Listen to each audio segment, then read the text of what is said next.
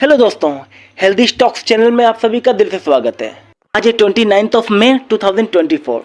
आज हम डिस्कस करेंगे क्यों मैक्सिमम लोग शेयर मार्केट में नुकसान करते हैं। ऐसी कौन सी गलती करते हैं कि शेयर मार्केट में उनका नुकसान हो जाता है।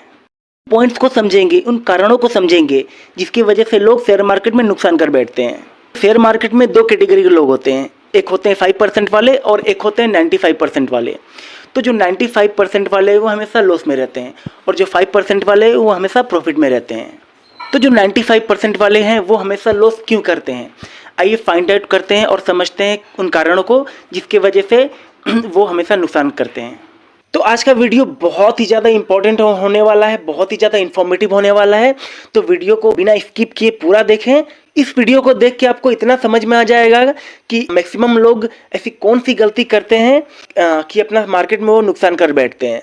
तो प्लीज़ वीडियो को पूरा देखिए। Without wasting any more time, let's find out the reason why do the most of the people do loss in the share market. पहला पॉइंट है, देखिए बहुत से लोग अपने किसी फ्रेंड से या रिश्तेदार से किसी भी स्टॉक का नाम, किसी भी कंपनी का नाम सुन लेते हैं और बिना कोई रिसर्च किए, बिना कोई खुद का ऑन एनालाइज किए उस कंपनी में इन्वेस्ट कर देते हैं।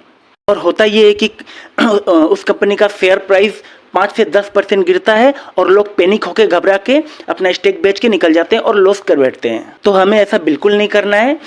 हमें अपना खुद का ऑन रिसर्च करना है, खुद का एनालाइज करना है और समझना है कि इस कंपनी में इन्वेस्ट करना प्रॉफिटेबल रहेगा या नहीं।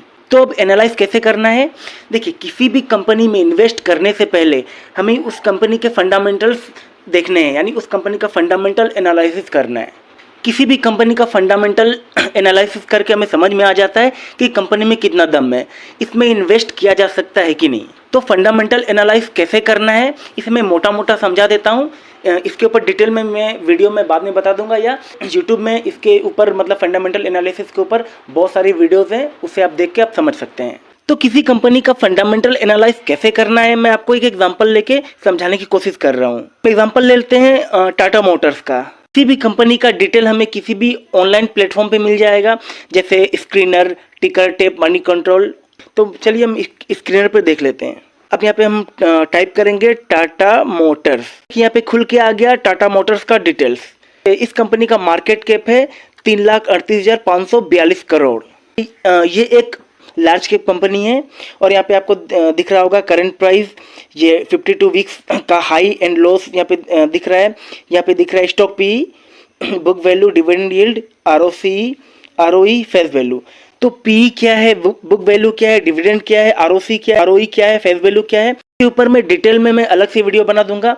बस फिलहाल मोटा मोटा समझ लेते हैं। ये जो पी है, आरओसी, आरओई है, ये कितना रहे तो इसे हम किसी कंपनी के लिए अच्छा मानते हैं। तो सबसे पहले यहाँ पे देखिए स्टॉक पी यानी पी रेशियो। तो किसी भी कंपनी का पी रेशियो अगर 20, 25 या 30 से कम होता है तो ये एक पॉजिटिव साइन होता है। और यहाँ पे टाटा मोटर्स का पी रेशियो है 10.5, यानी ये एक अच्छा संकेत है। इसका मतलब ये है कि कंपनी का जो शेयर प्राइस है वो फिलहाल अंडर वैल्यूड है। अब नेक्स्ट है यहाँ पे बुक वैल्यू। तो यहाँ पे बुक वैल्यू टाटा मोटर्स का है 255। देखिए किसी भी कंपनी का जो करंट प्राइस है, करंट शेयर प्राइस है, वो उसकी बुक वैल्यू से 2 गुना या उससे कम होता है तो उसे हम अच्छा मानते हैं। ये एक पॉजिटिव संकेत होता है, पॉजिटिव साइन होता है। तो यहाँ पे ये करीबन ये 3 गुना से ऊपर है, तो इसका मतलब ये क्या है कि कंपनी इसके हिसाब से थोड़ा सा ओवर वैल्यूड है, लेकिन ये फिर भी चल जाएगा।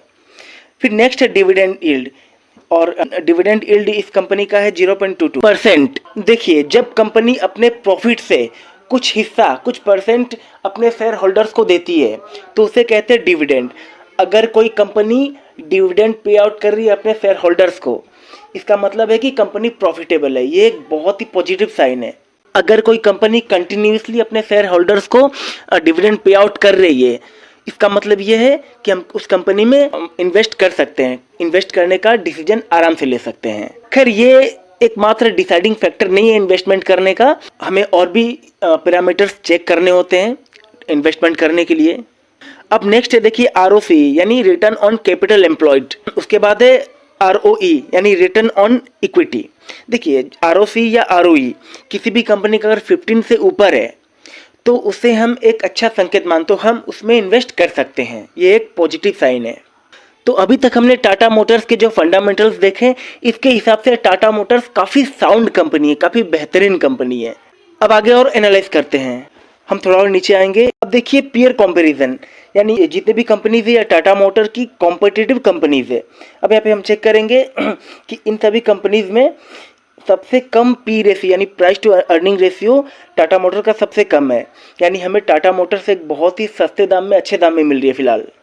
अब नेक्स्ट हम लोग चेक करेंगे शेयर होल्डिंग पैटर्न। देखिए यहाँ पे प्रोमोटर्स हैं 46.36%, एफआईज यानी फॉरेन इंस्टीट्यूशनल इन्वेस्टर्स हैं 19.2% और डीआईज यानी डोमेस्टिक इंस्टीट्यूशनल इन्वेस्टर्स हैं 16.1%। देखिए किसी भी कंपनी में जो शेयर होल्डिंग पैटर्न है उसमें प्रोमोटर्स, एफआईज, डीआईज इन सभी का इन्वेस्टमेंट अगर एक अच्छे खासे लेवल पर है तो यहाँ हम आंख बंद करके इन्वेस्टमेंट कर सकते हैं।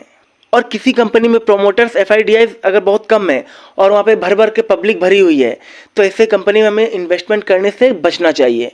तो यहाँ पे टाटा मोटर्स के प्रोमोटर्स का स्टेक है 46.36% और एफआईज और डीआईज का स्टेक मिला के है 35% के ऊपर।